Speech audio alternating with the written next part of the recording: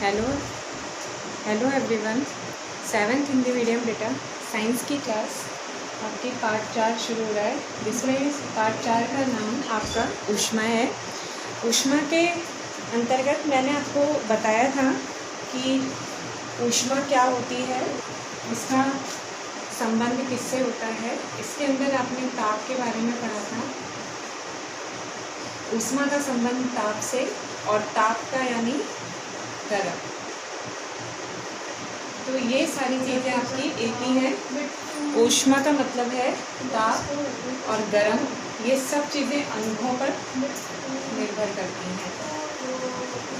अनुभव आपका होता है या तो छूकर या देखकर। इस तरीके से ऊष्मा को आप क्लियर करते हैं। ऊष्मा का संबंध ताप और ताप का संबंध गर्म, और ये दोनों चीज़ें आपके अनुभव पर डिपेंड करती हैं, जिसमें कि अनुभव जो है आपको या तो छूकर या देखकर होता है, जिसके अंदर मैंने कई सारे टॉपिक आपको बता दिए थे। इसमें आज का टॉपिक है समुद्र समीर तथा थल समीर। समुद्र समीर का मतलब होता है कि समुद्र से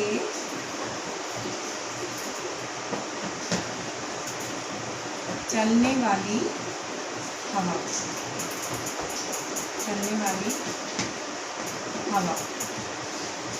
ये चलती है थल की ओर। इसी तरह से इसका जस्ट अपोजिट है, जैसे समुद्र से चलने वाली हवा थल की ओर चलती है। इसी तरह से अगर थल समीर की बात करें तो ये थल से समुद्र की ओर चलती है। तो यानी थल से चलने वाली हवा जो जाती है समुद्र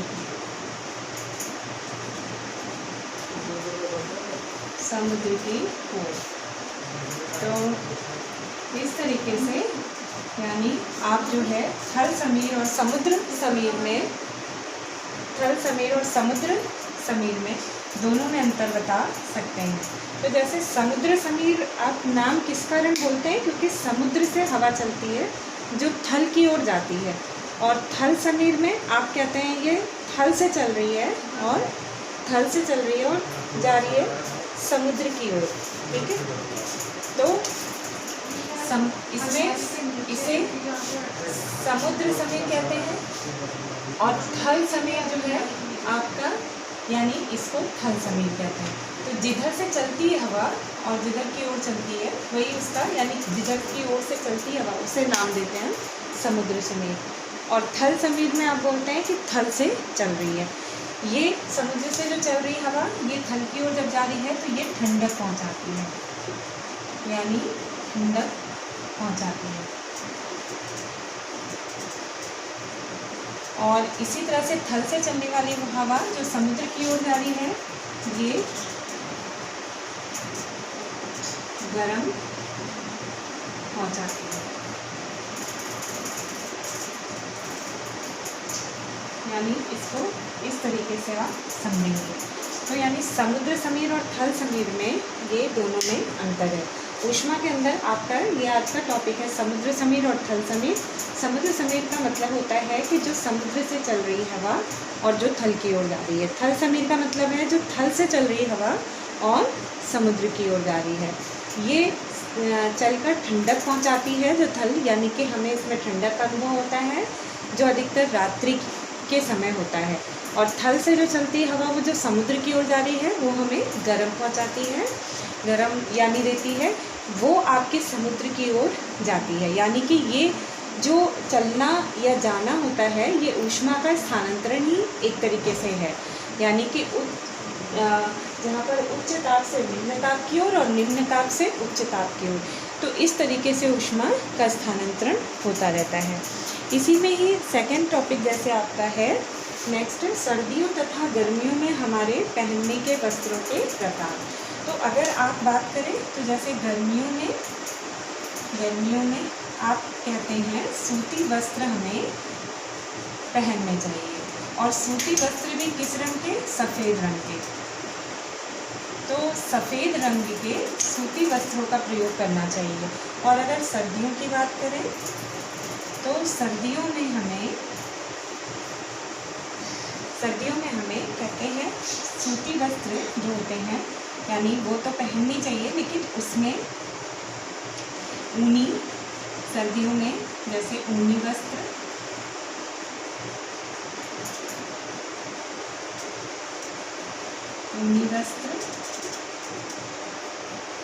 और गहरे रंग के,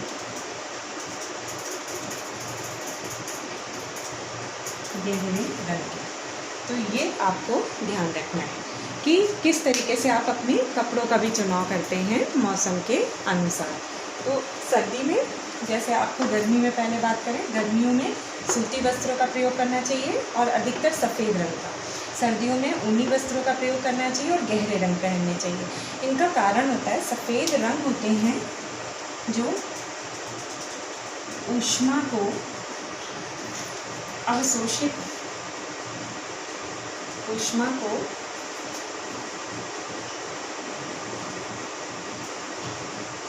अपने अंदर प्रवेश नहीं करने देते।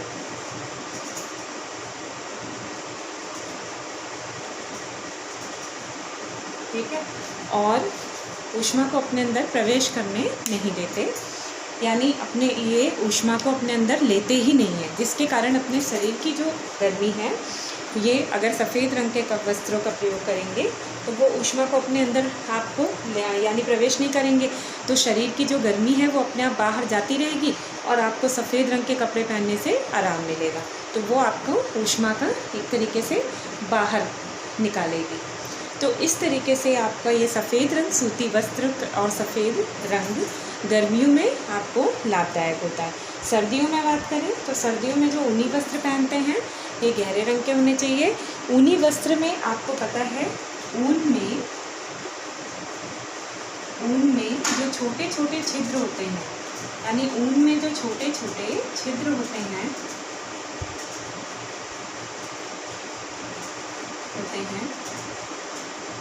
वो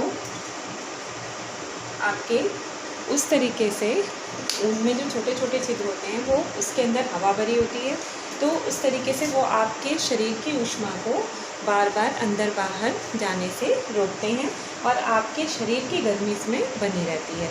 तो ऊनी वस्त्र, इसीलिए ऊनी वस्त्र अपने शरीर को उस सर्दियों में आराम देते हैं। तो कहने का मतलब है, सर्दी और गर्मी में हमारे पहनने के जो वस्त्रों के प्रकार हैं वो आपके किस तरीके के होने चाहिए, ये डिपेंड करता है कि आपका क्या चुनाव हो रहा है, आप किस रंग के कपड़े पहन रहे हैं, उसका प्रकार क्या है, वो ऊष्मा का अवशोषक है या ऊष्मा का उत्सर्जक है, ऊष्मा को अपने अंदर ला रहा है या ऊष्मा को बाहर निकाल रहा है। अगर ऊष्मा का अवशोषक है, जैसे सूती वस्त्र की जगह अगर आप काले रंग के कपड़े पहनेंगे तो काले रंग अगर आप जो है गर्मियों में पहनते हैं तो काला रंग ऊष्मा का अवशोषक होता है, जिसके कारण ऊष्मा का अवशोषक होने के कारण वो जो है अपने अंदर ऊष्मा को अवशोषित करता रहेगा, खींचता रहेगा, तो वो काला रंग आपको गर्मियों में और भी ज़्यादा यानी गर्म करेगा। तो इसीलिए कहते हैं कि गर्मियों में काले रंग के कपड़े नहीं पहनने चाहिए, सफ़ेद रंग के कपड़े पहनने चाहिए, क्योंकि वो ऊष्मा को अपने अंदर प्रवेश नहीं करने देते और शरीर की जो ठंडक ऊष्मा है वो जो है बाहर निकलती रहती है और शरीर में ठंडक बनी रहती है। जब उसमें ताप कम हो जाता है शरीर का तो ठंडक का अनुभव होता है, और ठंडक का अनुभव होता है तो वो आपको आराम देता है, यानी इसमें गर्मियों में ये है। अच्छा, इसी तरीके से मैंने आपको जैसे बताया काला रंग, तो काला रंग और सफ़ेद रंग में आप इसमें एक प्रयोग भी कर सकते हैं छोटा। जैसे आप जो है दो कोई पात्र लें और दोनों पात्रों में आप जो है थोड़ा थोड़ा सा पानी लेकर भर लें, उसका आधा भाग पानी से भर लें, और जैसे दो भगोने लेते हैं आप, और एक का चारों तरफ का उसका जो तली है वो काले रंग की करके जैसे पॉलिश आपने कर दी है, एक पे काला रंग चढ़ा हुआ है और एक आपका सफ़ेद रंग का है। अब दोनों भगोने में लगभग आधे भगोना या उससे ज़्यादा पानी आप भर के फिर सीधे धूप में रखते हैं। आप कुछ घंटों के लिए धूप में रख दें, फिर उसके बाद जैसे ही देखते हैं तो जो काले रंग की जो पॉलिश किया हुआ भगोना है उसमें आप उंगली डालेंगे तो वो बहुत तेज़ लगेगा गर्म, और जबकि दोनों टाइमिंग वही थी, समय वही था, और आपने जो वहाँ रखा था वो स्थान भी वही था, टाइम भी वही था, लेकिन उसमें आपको काले रंग का जो भगोना आपने पॉलिश किया था उसमें पानी ज़्यादा तेज़ गर्म लगा। कारण ये बेटा कि वही बात आ गई कि काला रंग जो है ऊष्मा का अवशोषक निकला। तो जो भगोने पर आपने परत चढ़ाई थी ना काले रंग की, उसने सारी ऊष्मा सूरज की आपने जब धूप में रखा तो वो सूर्य की ऊष्मा को अपने अंदर ले लिया, और अपने अंदर लेने से जितनी भी ऊष्मा थी उसकी वो भगोने खींच ली, जिसके कारण उसमें रखा पानी जो है गर्म हो गया। और दूसरे भगोने में जिसमें आपने सफ़ेद रखा था, है ना, तो उसमें जो है यानी जो ये सफ़ेद वाला जो आपका पात्र था, जो सफ़ेद वाला भगोना था, उसमें जो है उसमें पानी जो रखा था वो, उसमें सफ़ेद वाला जो भगोने में पानी था वो आपका जो है कम गर्म हुआ। तो काले रंग के भगोने की अपेक्षा सफ़ेद रंग का भगोने में पानी आपका कम गर्म हुआ। तो इस तरीके से आप जान सकते हैं कि काले रंग के भगोने में आपका क्यों पानी तेज़ गर्म हुआ। तो काला रंग यहाँ पर ऊष्मा का अवशोषक है सफ़ेद रंग की तुलना में। तो इस तरीके से आप इसको मान सकते हैं कि काला और सफ़ेद भी आपका ऊष्मा के आधार पर इनका अवशोषण और उत्सर्जन व्यक्त करता है, जिसके आधार पर आपको यहाँ पर पता चलता है कि किस में पानी तेज़ गर्म होगा और किस में कम गर्म होगा। अब इसी हिसाब से अगर हम बात करें, जैसे मैंने आपको अभी बताया ये सारी चीज़ें, उसी चीज़ को आप आधार बनाते हुए अपनी बात को फिर से मैं एक बार अपनी रिपीट करती हूँ।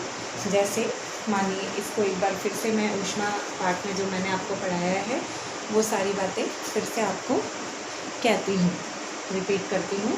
आप पाठ 4 में ऊष्मा पढ़ रहे हैं। ऊष्मा का मतलब होता है ताप यानी गरम, और ये दोनों चीज़ ताप या गरम आप अनुभव करते हैं। अनुभव आप छूकर या देखकर कर सकते हैं। इसमें पहला टॉपिक आपने पढ़ा समुद्र समीर और दूसरा थल समीर। ये समुद्र समीर क्या होता है? तो समुद्र से जो चलने वाली हवाएं हैं वो आपकी, समुद्र से जो चलने वाली हवाएं हैं वो थल की ओर जब जाती हैं तो उसे हम कहते हैं, यानी समुद्र से उठने वाली जो हवा थल की ओर आ रही, मैदानी भाग की ओर, तो उसे हम समुद्र समीर कहते हैं। ये हवा ठंडक देती है। और थल से चलने वाली हवा जो समुद्र की ओर जा रही है वो कहलाती थल समीर, और वो गर्म यानी गर्म प्रदान करती है या गर्मी देती है। ठीक है, तो ये फर्स्ट टॉपिक आपका मैंने लगभग पॉइंट वाइज लिख भी दिया है, तो आप इसे अपना नोट्स के अंदर लिख लेना ताकि आपका नोट्स क्लियर हो जाए। सेकंड टॉपिक, जैसे मैंने आपको बताया कि सर्दियों तथा गर्मियों में हमारे पहनने के वस्त्रों के प्रकार को आपको निश्चित करना चाहिए कि कैसे होने चाहिए। जैसे गर्मियों में आपको मैंने बताया कि सूती वस्त्रों का प्रयोग करना चाहिए और अधिकतर सफ़ेद रंग का चुनाव करना चाहिए। सफ़ेद रंग का चुनाव और सूती वस्त्र का प्रयोग आपकी गर्मी यानी आपके शरीर की गर्मी को कम करेगा। क्यों करेगा, इसका मैंने आपको यहाँ पर ब्रैकेट में लिख भी दिया है। यह ऊष्मा को अपने अंदर प्रवेश नहीं करने देता सफ़ेद रंग। ये जब प्रवेश नहीं करने देता तो गर्मी आती नहीं है और अपने शरीर की गर्मी निकलती रहती है, जिससे हमारे शरीर का ताप कम हो जाता है और हमें ठंडक का अनुभव होता है। तो इस प्रकार यानी कि सूती वस्त्र आपको आराम देते हैं, वो भी सफ़ेद रंग के। और सर्दियों में ऊनी वस्त्र को आपको पता है, ऊनी वस्त्र के रोए होते हैं या उनके जो रेशे होते हैं उनके बीचों में छोटे छोटे छिद्र होते हैं जिनमें वायु भरी होती है, और जो वायु भरी होती है जिसके कारण उनमें बराबर जो है यानी कि हवा का संचार अंदर ही अंदर होता रहता है। तो आपके शरीर की जो ऊष्मा है वो उस समय निरंतर उसी तरह से वहीं पर बनी रहती है, वो बाहर नहीं जा पाती। तो उस तरीके से जब बाहर नहीं जा पाती तो आपके शरीर की ऊष्मा अंदर बनी रहती है, तो आपके शरीर को आराम देती है ऊनी वस्त्र। और वो गहरे रंग के हों तो ऊष्मा का वो हमेशा यानी अपने अंदर अवशोषण करेंगे, जिससे कि आपको गर्मी लगेगी। तो इस तरीके से आपको यानी ऊनी वस्त्र सर्दियों में पहनने चाहिए ताकि वो आराम दे। अच्छा, लास्ट बात मैंने आपको बताई कि काला और सफ़ेद में किस रंग का चुनाव करें। तो काला और सफ़ेद रंग में आप जो है सफ़ेद रंग का चुनाव करेंगे गर्मियों में, क्योंकि काला रंग जो है ऊष्मा का अवशोषक होता है। अगर आप काले रंग के वस्त्र का चुनाव करते हैं तो उसके अंदर ये है कि ऊष्मा को वो अपने अंदर खींचता रहेगा, जिससे कि ऊष्मा के कारण आपको काला रंग ऊष्मा का अवशोषक है, तो आपको ज़्यादा गर्मी का अनुभव होगा। तो काले रंग का चुनाव नहीं करना चाहिए गर्मियों में, आपको हमेशा सफ़ेद रंग का चुनाव करना चाहिए। जिसके लिए मैंने आपको एक छोटा सा प्रयोग भी बताया था कि आप मान लीजिए 2 भगोने लेते हैं, 2 भगोने में आपने पानी लिया जैसे भर के, एक भगोने को आपने काले रंग की परत चढ़ा दी और एक भगोने पे सफ़ेद रंग की। तो आप दोनों भगोने को एक ही समय में एक ही जगह पर कुछ समय के लिए दोनों को एक ही स्थान पे रख देते हैं, तो आप देखते हैं कि काले रंग वाले भगोने में पानी तेज़ गर्म हो गया और सफ़ेद रंग के भगोने में कम गर्म होगा। कारण यही था कि सूर्य की ऊष्मा को काले रंग वाला भगोना ज़्यादा लिया, वो ज़्यादा अवशोषक हुआ तो ज़्यादा खींचा, जिसके कारण वो काले रंग के भगोने में पानी सफ़ेद रंग के भगोने के पानी से अधिक गर्म हो गया। तो इस प्रकार बेटा आप काले और सफ़ेद रंग का आप विश्लेषण कर सकते हैं। तो इस पार्ट में आपको इस तरीके से उदाहरण बतौर हर एक पॉइंट को बताया है। आप इसको अपने नोट्स में लिखें, अपने नोट्स बना लें। पॉइंट मैंने आपको दे दिए हैं, हेडिंग दे दी है, आपको प्रयोग समझा दिया और आपको अर्थ समझा दिया, कैसे क्या होता है वो बता दिया। तो आप इसका अपना अच्छे से नोट तैयार कर लेना। ऊष्मा के अंदर 1-2 पॉइंट और हैं जो आपके रह गए हैं, फिर ये भी पार्ट आपका ख़त्म हो जाएगा। तो आज के लेक्चर में इतना ही। Okay, bye.